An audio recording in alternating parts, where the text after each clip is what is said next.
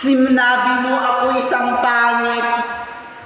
Binaliwala ko lang kahit ako'y minamaliit mo.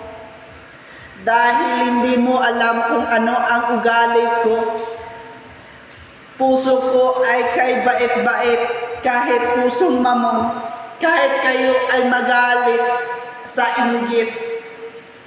Patuloy pa rin akong lumalaban sa mga hamon at pagsubok ng aking pinagdaanan dahil hindi mo alam kung ano ang dahilan. Kaya huwag kang manira ng kapwa. Patuloy pa rin akong lumalaban sa hamon ng buhay kahit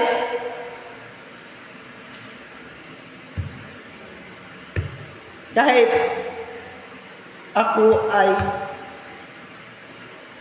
sinisiraan at hinahatak ng pababa, lalaban pa rin ako dahil may Diyos na siyang lumikha na tutulong sa iyo.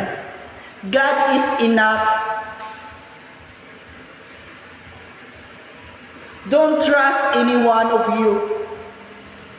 Wala akong pananalig sa iba.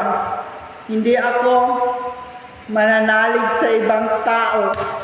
Hindi ang sarili ko ang aking pananalig. Dahil sumasampalataya ako sa isang Diyos na siyang lumikha ng langit at lupa. Guys, kahit anong sabihin ng iba, kahit hindi nila alam ano ang dahilan, masakit man sa aking puso't isipan, patuloy pa rin akong lumalaban sa hamon at pagsubok ng aking buhay. Kaya binaliwala ko lang ito, kahit kayo ay magalit, kahit ano pa ang sasabihin nyo, wala akong pakialam.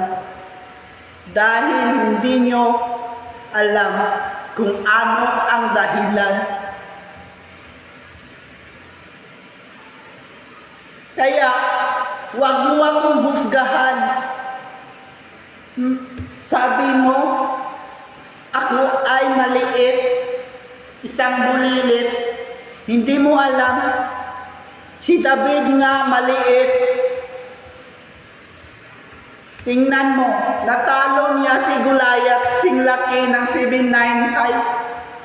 Tingnan mo, hindi nyo gamitin mo. Kahit ikay maliit, gamitin mo ang utak para ikay manalo sa laban at hamon ng pagsubok.